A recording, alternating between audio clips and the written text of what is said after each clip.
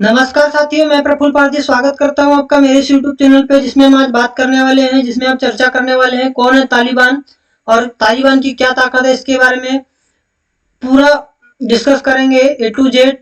तो जुड़े रहिए आप मेरे साथ और जानते हैं कौन है तालिबान, इसकी क्या ताकत है इसके बारे में। तो अफगानिस्तान में रूसी सैनिकों की वापसी के बाद हमें जाना होगा, इसके लिए 1990 के दशक में इसको जानने के लिए। तो अफगानिस्तान में रूसी सैनिकों की वापसी के बाद सन 1990 के दशक की शुरुआत में उत्तरी पाकिस्तान में तालिबान का उभार हुआ था। पश्तो भाषा में तालिबान का मतलब होता है छात्र, खासकर ऐसे छात्र जो कट्टर इस्लामी धार्मिक शिक्षा से प्रेरित हो। कि कट्टर सुन्नी इस्लामी विद्वानों ने धार्मिक संस्थाओं के सहयोग से पाकिस्तान में इनकी बुनियाद खड़ी की। तालिबान पर देवबंदी विचारधारा का पूरा प्रभाव है। तालिबान को खड़ा करने के पीछे सऊदी अरब से आ रही आर्थिक मदद को जिम्मेदार माना गया था। शुरुआती तौर पर तालिबान ने ऐलान किया कि इस्लामी इलाकों से विदेश शासन खत्म करना, वहां शरिया कानून और इस्लामी राज्य स्थापित करना उनका मकसद है। शुरू में सामंतों के अत्याचार, अधिकारियों के करप्शन से बातचीत आजिज जनता ने तालिबान में मसीहा देखा और कई इलाकों में इबाइली लोगों ने इनका स्वागत किया। लेकिन बाद में कट्टरता ने तालिबान की ये लोकप्रियता भी खत्म कर दी। लेकिन तब तक तालिबान इतना पावरफुल हो चुका था कि उससे निजात पाना कि लोगों की उम्मीद को खत्म हो गई है। ठीक है, शुरुआती दौर में अफगानिस्तान में रूसी प्रभाव खत्म करने के लिए तालिबान के पीछे अमेरिका समर्थन माना गया। लेकिन 9 और 11 के हमले ने अमेरिका को कट्टर विचारधारा की आंच महसूस कराई और वो खुद अब इसके खिलाफ जंग में उतर गया। लेकिन काबुल, कंधार जैसे बड़े शहरों के बाद पहाड़ी और इबाइली इलाकों से तालिबान को खत्म करने की अमेरिका और मित्र देशों की सेनाओं को पिछले 20 साल में भी सफलता नहीं मिली। खासकर पाकिस्तान से सटे इलाकों में तालिबान को पाकिस्तानी समर्थन ने जिंदा रखा और आज अमेरिका सैनिकों की वापसी के साथ ही तालिबान ने फिर सिर उठा लिया और तेजी से पूरे अफगानिस्तान पर कब्जा जमा लिया है। कौन है तालिबान का नेता, इसके बारे में जानते हैं कि तालिबान कट्टर धार्मिक विचारधाराओं से प्रेरित इबाइली लड़ाकों का संगठन है। इसके अधिकांश लड़ाके और कमांडर पाकिस्तान अफगानिस्तान के सीमा इलाकों में स्थित कट्टर धार्मिक संगठनों में पड़े लोग मौलवी और इबाइली गुटों के चीफ हैं। घोषित रूप में इनका एक ही मकसद है, पश्चिमी देश का शासन के प्रभाव खत्म करना और देश में इस्लामी शरिया कानून की स्थापना करना। पहले मुल्ला उमर और फिर 2016 में मुल्ला मुख्तर मंसूर की अमेरिकी ड्रोन हमले में मौत के बाद से मौलवी हिबतुल्लाह अखुंदाजा ज्यादा तालिबान का चीफ है। वह तालिबान के राजनीतिक, धार्मिक और सैन्य मामलों का सुप्रीम कमांडर है। हिबतुल्लाह अखुंदाजा कंधार में एक मदरसा चलाता था और तालिबान की जंगी कार्रवाइयों के हक में फतवे जारी करता था। 2001 से पहले अफगानिस्तान में कायम तालिबान की हुकूमत के दौरान वह अदालतों का प्रमुख भी रहा था।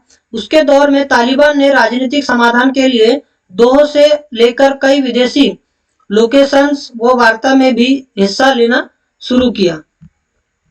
उसके बाद सत्ता हस्तांतरण की बातचीत के लिए काबुल पहुंचा तालिबान कमांडर मुल्ला अब्दुल गनी बारादर तालिबान में दूसरी रैंक पर और इसी ने के अफगानिस्तान का राष्ट्रपति बनाने की सबसे ज्यादा संभावना जताई जा रही है। यह तालिबान का राजनीतिक प्रमुख है और दोहा में लगातार अफगानिस्तान को लेकर तालिबान की ओर से बातचीत में शामिल हो रहा है। सन 1994 में 1994 में बने तालिबान में 4 संस्थापक सदस्यों में से एक था। संस्थापक मुल्ला उमर का सहयोगी रहा है। यह कई लड़ाइयों में कमांडर भी रह चुका है। 20 साल बाद तालिबान इतना मजबूत कैसे हो गया, तो ये बात है साल 2001 की, जब साल 2001 से शुरुआत हुई। अमेरिका और मित्र सेनाओं की कार्रवाई से में पहले तालिबान सिर्फ पहाड़ी इलाकों तक ढकेल दिया गया, लेकिन 2012 में नोटो बेस पर हमले के बाद से फिर तालिबान का उभार शुरू हुआ। 2015 में तालिबान ने सामरिक रूप से महत्वपूर्ण कुंडुज के इलाकों पर कब्जा कर फिर से वापसी के संकेत दे दिए। ये ऐसा वक्त था जब अमेरिका में सेनाओं की वापसी की मांग जोर पकड़ रही थी। अफगानिस्तान में अमेरिका की रुचि कम होती गई और तालिबान मजबूत होता गया। इसी के साथ पाकिस्तानी आतंकी संगठनों, पाकिस्तानी की सेना और आईएसआई की खुफिया मदद से पाक सीमा से सटे इलाकों में तालिबान ने अपना बेस मजबूत किया। अफगानिस्तान से लौटने की अपनी कोशिश के तहत 2020 में अमेरिका ने तालिबान से शांति वार्ता शुरू की और दोहा में एक कई राउंड की बातचीत हुई। एक तरफ तालिबान ने सीधे वार्ता का रास्ता पकड़ा, तो दूसरी ओर बड़े शहरों से सैन्य बेस पर हमले की बजाय छोटे छोटे इलाकों पर कब्जे की रणनीति पर काम करना शुरू किया। अप्रैल 2021 की बात है कि अप्रैल 2021 में अमेरिकी सेनाओं की वापसी के बाइडन के ऐलान के बाद तालिबान ने मोर्चा खोल दिया और 90,000 लड़ाकों वाले तालिबान ने 3 लाख से अधिक अफगान फौजों को सरेंडर करने पर मजबूर कर दिया। अफगान राष्ट्रपति अशरफ गनी, उनके प्रमुख सहयोगियों, तालिबानों से लड़ रहे प्रमुख विरोधी कमांडर अब्दुल रशीद दोस्तम और कई को ताजिकिस्तान और ईरान में शरण लेना पड़ा। तालिबान के कब्जे के साथ ही काबुल में अफरा तफरी मच गई और लोग शहर छोड़कर भाग रहे हैं। 20 साल बाद सत्ता में लौटे तालिबान को लेकर लोगों में खौफ क्यों है? तो इसको जानने के लिए हमें जाना होगा 23 साल पीछे। ठीक है, 23 इयर्स पीछे जाना होगा हमें।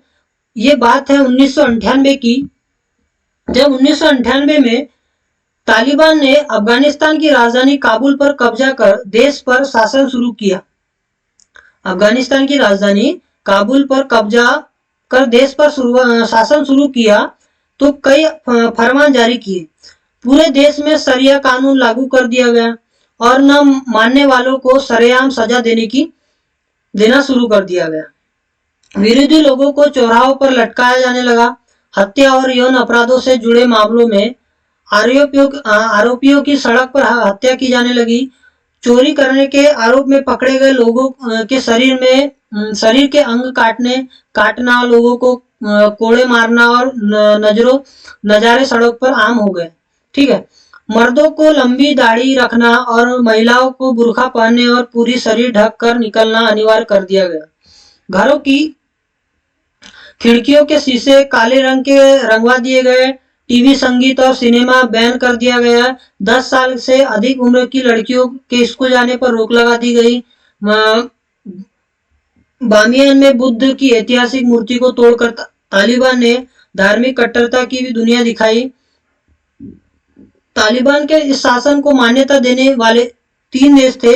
पहला था पाकिस्तान, दूसरा था सऊदी अरब और थर्ड था अरब और यूएई। ठीक है, सऊदी अरब और थर्ड था यूएई। तालिबान की जो मुख्य ताकत है, दुनिया का जो मार्गदर्शक है, जो बनकर देखती है, क्या है कि तालिबान की जो मुख्य ताकत है, कट्टर धार्मिक संस्थाएं, मदरसे जो उनके विचार को सपोर्ट कर रहे हैं, यहीं से तालिबान लड़ाके तैयार हो रहे हैं। लेकिन इन सबसे ज्यादा पाकिस्तानी सेना और आईएसआई की सीक्रेट मदद तालिबान के लिए मददगार साबित हुई है। अफगानिस्तान को लेकर अंतर्राष्ट्रीय रुख भी असमंजस वाला है। अमेरिका और मित्र देशों की सेनाओं की वापसी के ऐलान ने अफगानिस्तान को जैसे थाली में परोसकर तालिबान के सामने पेश कर दिया। रूस तालिबान को लेकर बहुत स्पष्ट नहीं है। अमेरिकी प्रभुत्व खत्म करने के लिए तालिबान के उभर से जहां रूस खुश है, वहीं पड़ोस के तजाकिस्तान, उज्बेकिस्तान जैसे रूस प्रभावी वाले देशों के लिए खतरे के रूप में भी यह तालिबान को देख रहा है। पाकिस्तान तालिबान के पीछे है और ऐसे में चीन को भी तालिबान शासन में अफगानिस्तान से में प्रभाव बढ़ने की संभावना दिख रही है। भारत की स्थिति काफी संवेदनशील है। भारत पिछले 20 साल में अरबों डॉलर अफगानिस्तान के लिए के विकास के में निवेश कर चुका है और स्कूल, अस्पताल, बिजली, गैस संयंत्रों समेत कई बड़ी परियोजनाओं पर भारत ने काफी खर्च किया, लेकिन अब तालिबान शासन आने से यह सब खत्म हो चुका है। एयर इंडिया के कई विमानों से भारतीय को स्वदेश लाया जा रहा है। डिप्लोमेट्स और सुरक्षित निकालना बड़ी चुनौती है। तालिबान के पिछले शासन में कंधार विमान कांड की आंच भारत भुगत चुका है।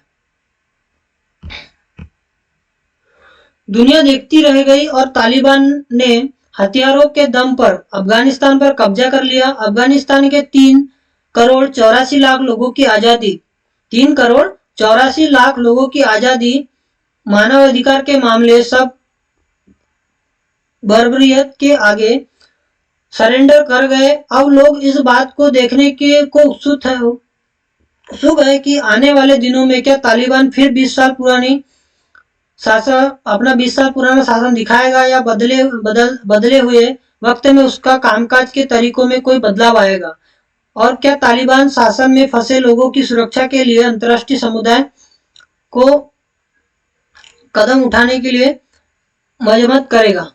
तो आई होप आप लोगों को बहुत ही अच्छे तरीके से ये न्यूज़ मैंने जो बताई समझ में आई होगी और बहुत ही अच्छे तरीके से आपने समझा होगा और इंटरेस्ट के साथ आपने देखा होगा।